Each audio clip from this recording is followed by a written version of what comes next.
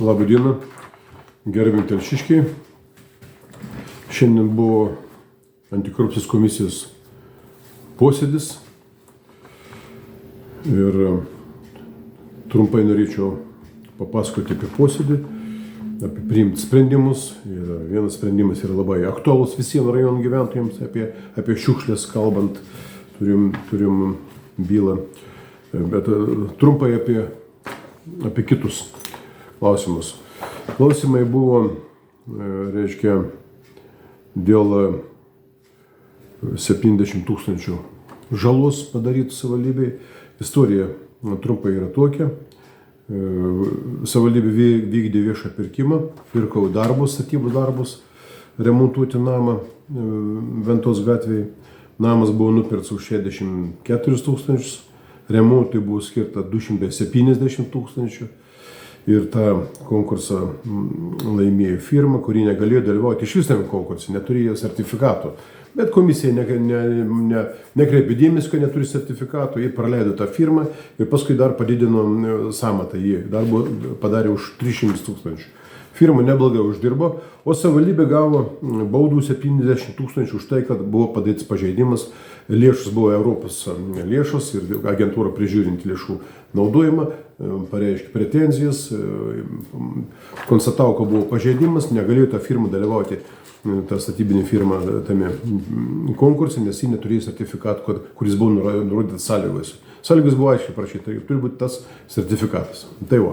Ir komisija praleido, aš galvoju, ten jie vaizduoja, kad ten nepastebėjo, nepamatė. Ir savivaldybė praktiškai patyrė žalą, o firma neblogai užsidirbo. Ar korupcija? Man atrodo, kad tai yra korupcija.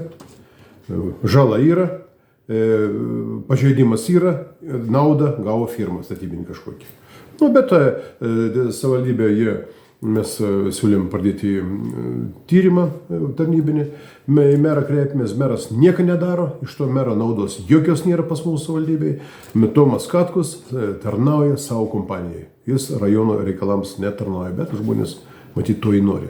Tai va, ir dabar jie skundžia į teismus, ir lauksim teismų sprendimo. O paskui vis tiek aš kreipsiuosi į prokuratūrą, kad būtų pradėtas išieškojimas 70 000 viešo interesų gynimas. Savivaldybė patiria žalą. Tai va. Sekantis klausimas irgi panašus. Labai panašus. Savivaldybė vykdė projektą, gavo lėšų 350 000, pagalba neįgaliesiems asmens pagalba 350 000 buvo savivaldybės administracija, išdalino tos pinigus, dalyvavo socialinių paslaugų centras, ten nevyriausybės organizacijos, kurie dirba su neįgaliaisiais. Ir jie tas lėšas įsisavino, buvo patikrinimas ir buvo išaiškinti, kad lėšas panaudotas neteisingai ir neteisėtai. Prisipirko visokių, kas ko norėjo prisipirko, ir už tos pinigus. Ir dabar jiems reikia, savivaldybė turi išieškoti teismą. Savivaldybė kreipėsi, aišku, į teismą, mes kreipėmės į savivaldybę, kad būtų išieškota. Kreipėsi į teismą ir bus išieškoma iš vienų 15 000, iš kitų 9, 8 000. O socialinių paslaugų centras, kurio vadovė yra socialdemokratė Gustienė, jie irgi 19 000 prisipirko visokių virdulių, kondicionierių, mikrobangių, pagalba neįgaliesiems atseit. Bet agentūra tą užfiksavo ir liepė grąžinti 19 000. Ir jie paėmė ir grąžinti 19 000 iš įstaigos lėšų, reiškia, savivaldybėje, administracijai, o įstaigos socialinių paslaugų centras 19 000. Ir praktiškai ir turėjo žalą patyrė 19 000. Ir reikėtų pradėti procedūrą, reikėtų įvertinti vadovės, Gustienės, tada Gustienė susirgo, buvo tam biuletenį ilgą laiką ir niek negalėjo padaryti, nieks nenorėjo daryti. Tai dabar vėl iš naujo kreipėmės, kad reikėtų įvertinti Gustienės savaitmenį ir Gustienės ir kitų tų administracijos tuos įstaigos darbuotojų, kurie pirkimus už 19 000 prisipirko visokių nereikalingų daiktų, negalima jį buvo pirkti. Dabar jie grąžina savo valdžią už pinigus, atsakomybės asmeniškus, jokies nėra, nei į teismą jų padavė nieks nieko. Turės kreiptis, aš galvoju, į teismą ir turės grąžinti pinigus.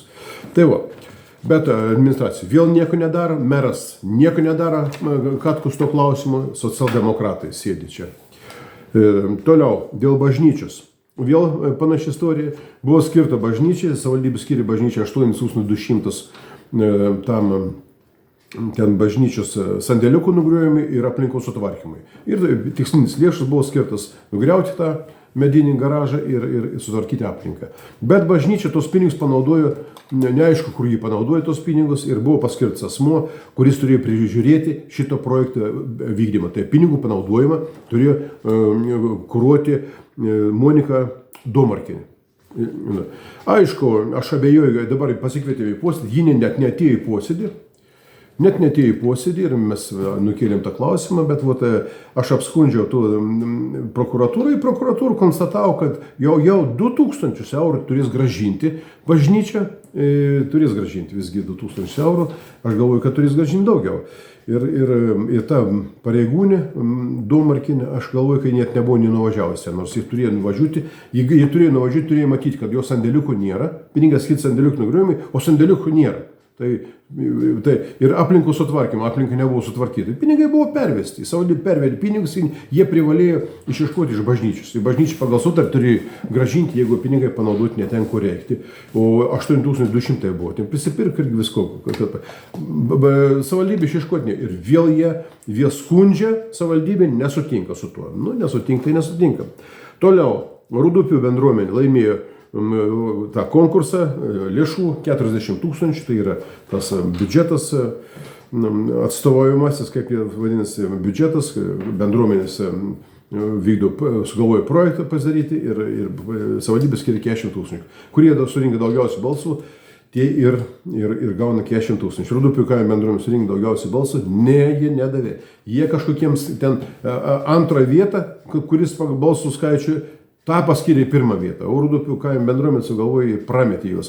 Rūdupių bendruomenė apskundė ir direktorius įsakymas paskirti pirmą vietą buvo panaikintas administracijų ginčų komisijos, prapylė bylą ir buvo liepta balsus skaičiuoti. Tada jie savivaldybė sudarė komisiją, skaičiavo balsus iš naujo. Skaičiavo tos balsus, vis tiek Rūdupių bendruomenė daugiausiai balsus surinko rajone. Ne, vis tiek neskyrė Rūdupių bendruomenė. Vėl paskyrė tos teniso kortus, kurie norėjo statyti kažkokius. Vėl apskundėm į administracijų ginčų komisiją, aš prikibau, padėjau Rūdupiams ir tos raštus rašyti. Vėl administracijų ginčų komisija vėl panaikino socialdemokratis direktorius Lenantrinas nutartį. Antrą kartą.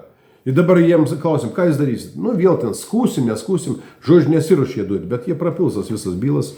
Tai ir toliau, kas dar čia buvo? Dėl šiukšlių. O dėl šiukšlių buvo tyrimas pradėtas, kas aktualu visiems rajonų gyventojams.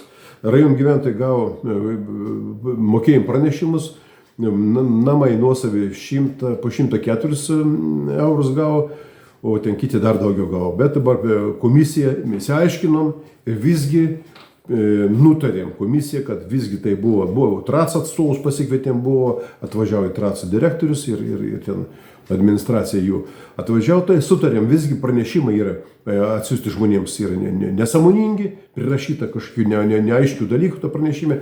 Realiai, gerbiami Telšių rajono gyventojai, pasiklausykit. Tie, kurie turi namuose, nuosavose gyvena, jūs turit mokėti, jums atsinti sąskaitas 104, jūs turit mokėti 68 eurus. Tai yra pastoviai 36 ir kintama 302. Mažiausiai, reiškia, už 12 konteinerių išvežimų. 12. Tai mažiausiai jūs turite 68. Dabar tą sąskaitą, ką jūs ten gavot, jūs nekreipkite dėmesio. Tie, kurie gavot, jūs turite 68 eurus sumokėti. O jeigu išvešit daugiau konteinerių per metus, ne 12, tai jūs kitais metais pridės prie kitų. Tai kitais metais bus jau ne 68, bet jau 264 ir vienas yra pakelimas. Tai labai paprastai. Bet mokėjimų pranešimai buvo visiems. Mokėti 104, arba ten mieste dar daugiau ten buvo pranešimai. Tai čia TRACas prirašė visokių nesąmoningų dalykų ir vis dėlto antikorupcijos komisija, mes nutarėm, kad dabar kreipsimės į administraciją, kai informuotų žmonės, 68 eurus gerbiami telšiškiai ir viskas. O jeigu daugiau išvešit, kitą metą tada mokėsim. Tai gera naujiena Telšių rajonų gyventojams. Su šiukšlėm galų gale išsiaiškinu. Minimaliai 12 pakelimų. Jeigu reikės daugiau, turėsi šiukšlių, jūs galite išstumti tą konteinerį, jie užfiksuos ir paskui žinosit, kad ten daugiau buvo. Tai o visas dėl kitų šiukšlių padarysim tus nuostatas, paskui pakeisim ir taip toliau. Tai antikorupcijos komisija, nors biški kažkiek tai judam į priekį, nors biški vykdom kažkokį kontrolę savivaldybės administracijos, ko nedaro, turėtų meras vykdyti kontrolę pirmai eiliai, rajono meras, jis absoliučiai nevykdo kontrolės, pažiūrėkit, atidarė mokyklą, uždarė mokyklą ten ir jis laksto visur. Todėl, kad yra šaumenas, meras. Ir mes visi nukentėsim per tokį merą. Tai nelaimė Telšių rajonui.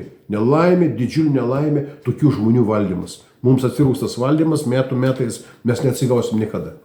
Tai ir nebaudžiamumas savivaldybei, betvarkė totali, kas ką nori tą daro, atsakomybė nulinė, nuostoliai gali būti padaryti bet kokie nuostoliai, čia iš pradžio 8 000, 70 000, 43 000, vandentikių pretenzijai, milijonas yra. Kaltų nėra, nors yra parašai sudėti. Kaltų nėra. Nu tai va. Gerbiami telšiškiai, antikorupcijos komisija minimaliai, bet dirba. Nes daugiau nėra čia kur kreiptis. Vienintelė komisija, kuri dar kontroliuoja kažkokią situaciją. Tai va tokie reikalai. Iki kitų kartų.